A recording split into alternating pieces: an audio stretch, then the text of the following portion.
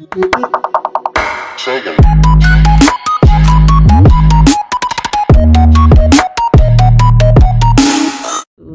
RC, di video kali ini aku dan Nang Oli bakalan mengobrak-abrik MND 90 ku. Nah, kemarin ada sempet temen kita yang menanyakan kenapa sih mobil RC ku sedikit lebih ganteng gitu ya. Jadi hari ini aku bakal nge-review seputar RC yang sudah jadi sebenarnya. Jadi kita langsung aja ya. Yang pertama kita bakal ngeliat dari sisi interior dan eksterior. Nah, di dalamnya ini ada, kalian bisa ngeliat dua action figure. Sebenarnya ini bukan action figure yang aku beli dari apa ya, ini sebenarnya cuman mainan anak-anak. Kebetulan kemarin pernah ketemu di toko mainan gitu. Jadi sebenarnya ini Iron Man ini nggak punya kaki tuh. Kalau bisa ngeliat dia nggak ada kakinya. Jadi kakinya aku potong karena waktu aku pasang nggak muat gitu, dan biar dia merekat jadi aku pasang double tip. Jadi kalian mungkin kalau mau coba ya silahkan gitu kan, ya hemat-hemat budget gitu dah. Ini harganya murah kok, sekitar 35.000 dia dapet Iron Man, Captain America, Superman, Batman gitu dah. Terus di bagian atasnya ini kalian bisa lihat, ini ada dus mie instan yang aku buat sendiri. Terus ada dus air mineral juga yang aku printing sendiri, dan kalian juga bisa buat. Gampang kok cara buatnya, aku jamin kalian pasti ngerti ya. Terus ini peti-petian. Ini peti-petiannya juga aku buat dari kayu, bekas kayu balok gitu. Aku potong terus aku buat seperti parit-parit nih 3, terus aku kasih stick ice cream. Jadi seperti peti-petian gitu. Terus RC-nya udah aku pasangin aksesoris. Di sini ada racun api, terus ada sling winch. Terus aku pasangkan juga ini kaitnya, dan semua ini sebenarnya produk BPL. Di depannya juga ada ini kait ini dari produk WPL mini kait gitu. Oke, mungkin ini bagian luarnya. Bagian depan sini nanti kita buka sekalian aja ya. Ini kita buka dulu ke bagian dalamnya. Nah, ini sudah berhasil kita buka bagian baut bawahnya. Jadi kita bakalan melihat bagian isi dalamnya. Oke, jadi nah ini sangkut. Oh ya,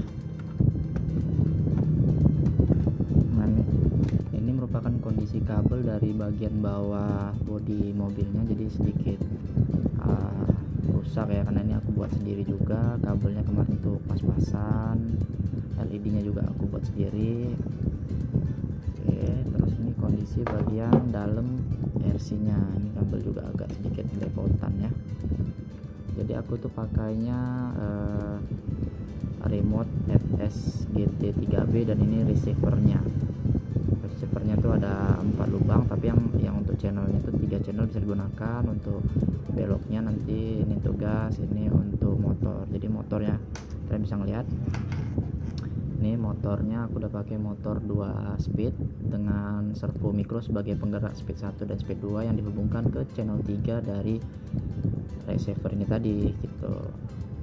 Nah, mungkin kalian bisa ngeliat nih, ada sesuatu benda yang aneh di sini.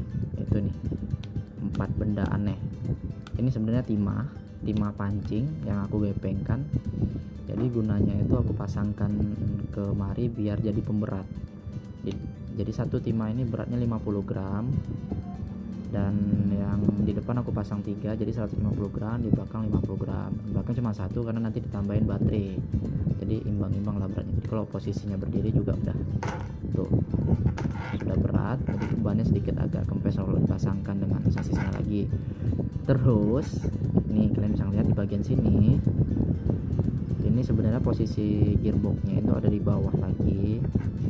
Jadi karena sering kesangkut, jadi aku naikkan ke atas. Berhubung aku nggak mau ngebor bagian sasisnya karena aku sayang, jadi aku akalin pakai SIM card kartu gitu, SIM kita akal-akalin. Oke.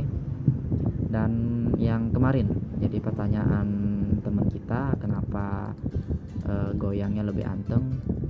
Nah, shock yang aku pakai itu enggak lagi shock standar, tapi sudah shock aku ganti menjadi shock Vortex. Ini bisa kalian isi minyak juga. Nah, kondisinya tuh gini, jadi dia nggak terlalu lembut, dan tingkat pegasnya itu bisa kita atur sesuai dengan minyak yang akan kita pasangkan. Dan kebetulan ini minyak belum aku otak-atik juga, masih minyak standar, ada sedikit di bagian sini. Mengenai lainnya, kalau full rodnya sendiri aku belum ganti, masih full rod bawaan, ini masih plastik, ini juga plastik, 8 biji plastik. Dan kopelnya sudah aku ganti kopel besi. Sebenarnya kopel plastik masih ada, cuman karena aku nggak suka jadi aku ganti kopel besi biar lebih keren aja gitu. Dan gear yang di dalam sini itu sebenarnya kalau kita beli awal itu gearnya gear plastik, tapi kalian bisa gantinya dengan gear metal bawaan WPL. Dan satu lagi, asnya ini masih as standar, besi di dalam juga besi standar semuanya. Kemarin juga kalau kalian mau ganti, aku belum nemu sesuai dengan MED ini. Kalau kalian pakai yang WPL, nanti asnya ini lebih pendek setengah senti, jadi kesannya mobilnya lebih kecil. Ini nggak kusarankan untuk diganti lagi ya. Di sama bagian depannya juga sudah ganti gear metal. Terus untuk link servonya sudah aku ganti, punya Vortex juga nih. Kalau bagian bawahnya ini karena nggak cukup hanya 8 cm, jadi aku pakai ini kalau nggak salah jari-jari deh, jari-jari. Jadi ini dilem mati. Nah, kalau mau praktik ya silakan. Kalau mau beli jadi, aku belum nemu yang sesuai 8,5 cm ini atau 9 cm, saya lupa. Untuk servo aku juga nggak pakai servo standar lagi, udah ganti servo Hobby King karena yang standarnya sudah ya patah gear di dalamnya. Ini jadi pakai servo yang metal ya.